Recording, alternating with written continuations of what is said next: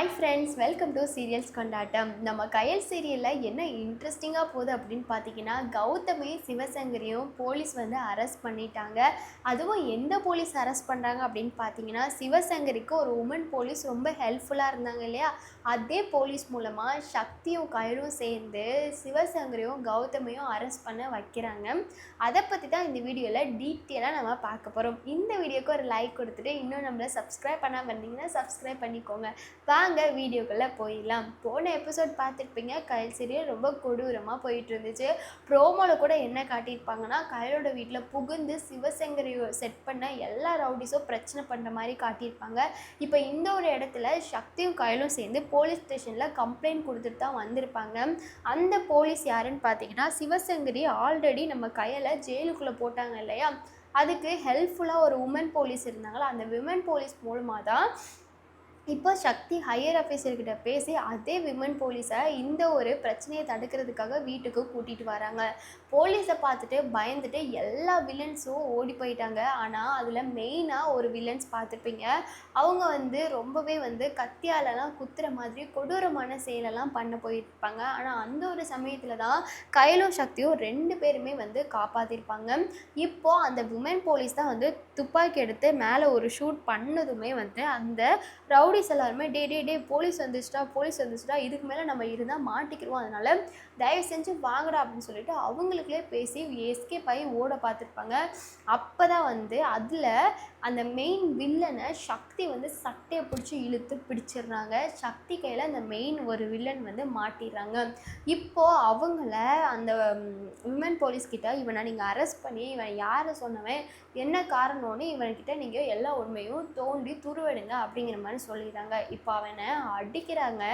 Police வந்து அவங்க எல்லாருக்கும் முன்னாடியுமே அடிக்கிறாங்க. அடிச்சோடனே சிவசங்கரி மேடம் தான் இப்படி பண்ணது அப்படிங்கிற மாதிரி அவரும் உண்மையை போட்டு கக்கி உடைச்சிடுறாரு.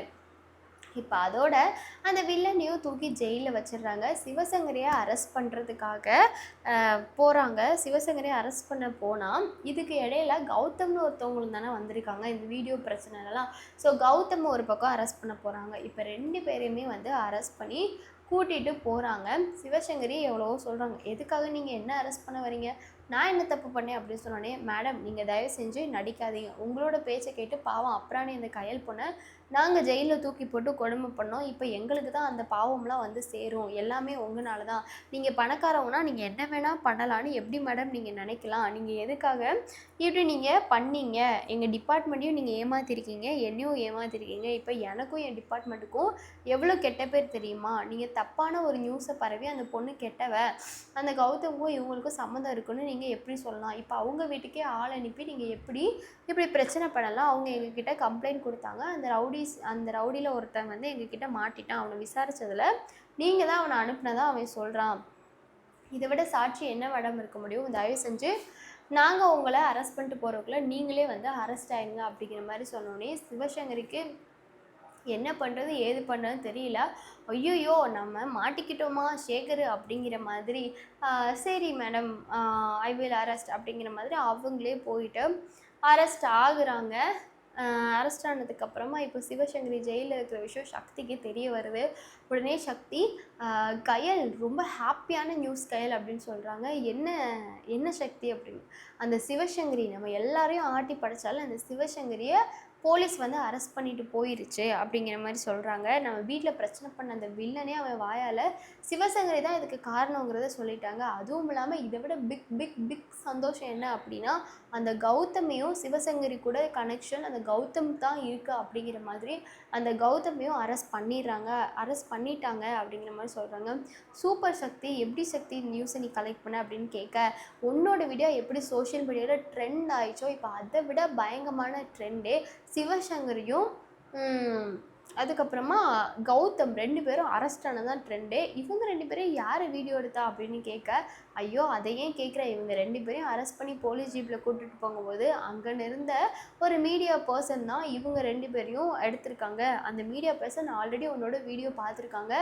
அண்ட் இப்போ நர்ஸ் எல்லாருமே போகிறானோல அந்த ஒரு வீடியோவும் அந்த மீடியா பர்சன் பார்த்துட்டு தான் இந்த பொண்ணுக்காக நம்ம ஏதாச்சும் ஒன்று பண்ணணுங்கிற ஒரு இதில் தான் இவங்க ரெண்டு பேரும் பார்த்து வீடியோவில் பிரபலமாக்கி விட்டுட்டாங்க. இப்போ போலீஸ் கேஸ் வந்து ரொம்ப ஸ்ட்ராங்காக இவங்க மேலே போடப்பட்டிருக்கு அப்படிங்கிற மாதிரி சொல்லிடுறாங்க. அதுக்கப்புறம் தான் கயலுக்கு வந்து ஒரு யோசனை வருது. ஒருவேளை எலியில வந்து இவங்க தான் வந்து மறைச்சு வச்சிருப்பாங்களோ, இந்த பிரச்சனையெல்லாம் உண்டு பண்றக்கா அப்படின்னு யோசனை வந்து, அப்பதான் கயலும் சக்தி திரும்ப போலீஸ் ஸ்டேஷன் போய், "இங்க பாருங்க மேடம், நாங்க சொல்றத கொஞ்சம் கேளுங்க. இந்த பொம்பள மேல தான் எங்களுக்கு எலியில வந்து கடத்தி வச்சிருப்பாங்களோ, அப்படிங்கிற மாரி எங்களுக்கு இந்த பொம்பள மேல தான் டவுட் வருது. தயவு செஞ்சு இந்த பொம்பள கிட்ட எலியில எங்க அப்படிங்கிற விஷயத்த கேட்டு சொல்லுங்க." அப்படிங்கிற மாரி கயலும், சக்தியும் கேட்குறாங்க. ஸோ கேட்டா அப்பதான் வந்து, "என்ன மேடம் அவங்களோட பையனே அவங்க எப்படி இது பண்ணியிருப்பாங்க?" அப்படின்னு. "மேடம் எங்களுக்கு புரியல. அவங்களோட பையங்களே அவங்க எப்படி கடத்தி வச்சிருப்பாங்கன்னு நீங்க கேட்குறீங்க. அப்ப என்னோட புருஷனே நான் எப்படி கொன்றுப்பேன்? அப்ப நான் கேட்பேன்ல. அததானே மேடம் நானும் அன்னைக்கு கேட்டேன்." அப்படின்னு சொன்னதுக்கு, இல்லம்மா அம்மா வேற ஹஸ்பண்ட்." "அதெல்லாம் இல்ல இல்ல மேடம். கல்யாணத்துக்கு முன்னாடி ஒரு பையனுக்கு அம்மாவா இவங்க இருக்கலாம்.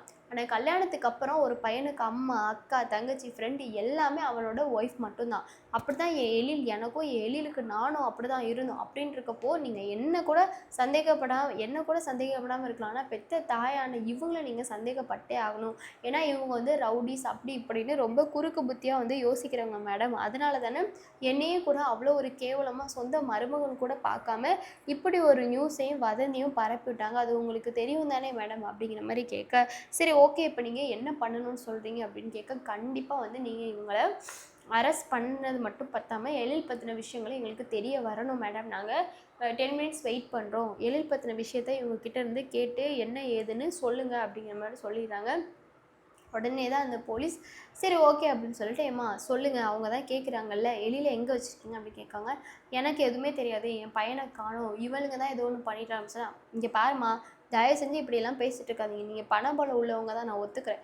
அதுக்காக வந்து தப்பு செஞ்சால் எல்லாரும் தப்பு தான். சட்டம் எல்லாருக்கும் ஒன்று தான். பணக்காரவங்களுக்கு வேற, கஷ்டப்பட்டவனுக்கு வேற, பிச்சைக்காரனுக்கு வேற அப்படியெல்லாம் கிடையாது. சட்டம் எல்லாருக்குமே ஒரே சட்டம் தான். அதனால தயவு செஞ்சு வெளியில் எங்கே இருக்கான்னு உண்மையை சொல்லுங்கள். இல்லைன்னா உங்களை வேறு மாதிரி ட்ரீட் பண்ண வேண்டியது வரும்." அப்படின்னு சொன்னோடனே சிவசங்கரிக்கு செம்ம ஷாக் ஆயிடுச்சு. உடனே சிவசங்கரி, "என் பையன் என்கிட்ட தான் இருக்கான். என் பையன் வந்துட்டு என்கிட்ட இல்லை. என் பையனை நான் எதுவும் பண்ணலை." அப்படிங்கிற மாதிரி சொல்கிறாங்க. மேடம் நீங்கள் இதையே தொடர்ந்து சொல்லிட்டு இருக்காதீங்க. "சரி மேடம், நீங்கள் எதுவும் பண்ணலை. உங்கள் பையன் உங்ககிட்ட இல்லை. அப்போ உங்கள் பையன் எங்கே இருக்கான்னு உங்களுக்கு தெரியும் தானே?" "எங்கே இருக்கான்?" அப்படின்னு சொல்ல, "என் பையன் ஹாஸ்பிட்டலில் இருக்கான்." அப்படிங்கிற மாதிரி சொல்லிடுறாங்க. "ஹாஸ்பிட்டலில் இருக்கானா? என்ன ஆச்சு உங்கள் பையனுக்கு?" அப்படின்னு கேட்க, "அதெல்லாம் தெரியல. இந்த கையை தான் ஆளை வச்சு அடித்து போட்டிருக்கான்னு நினைக்கிறேன். அவன் ஹாஸ்பிட்டலில் இருந்தப்போ தான் நானே அவனை எதார்த்தமாக தான் பார்த்தேன். அந்த ஒரு கோவத்தில் தான் இவ தான் என் பையனை அடிச்சு போட்டுருவாங்கள கோவத்தில் தான் நான் இந்த மாதிரி உங்கள்கிட்ட வந்து கம்ப்ளைண்ட் கொடுத்தேன்." அப்படின்னு சொல்ல தான் நம்ம கயலுக்கு புரிய வருது. என்னது எழில் ஹாஸ்பிட்டலில் இருக்காங்களா? எழில் எப்படி இருக்காங்க அத்தை அப்படிங்கிற மாதிரி கேட்காங்க. "போதும் நிறுத்திடி. நீலாம் வந்துட்டு எழில பார்க்காத. நீ எழில பார்த்தது போதும். என் பையனை நீ பார்க்கக்கூடாதுன்னு தான் நான் இவ்வளோ பண்ணேன்." அப்படிங்கிற மாதிரி சொல்கிறாங்க. ஸோ இதுக்கப்புறம் என்ன நடக்க போகுதுன்னு நெக்ஸ்ட் ஒரு வீடியோவில் பார்க்கலாம். டடா.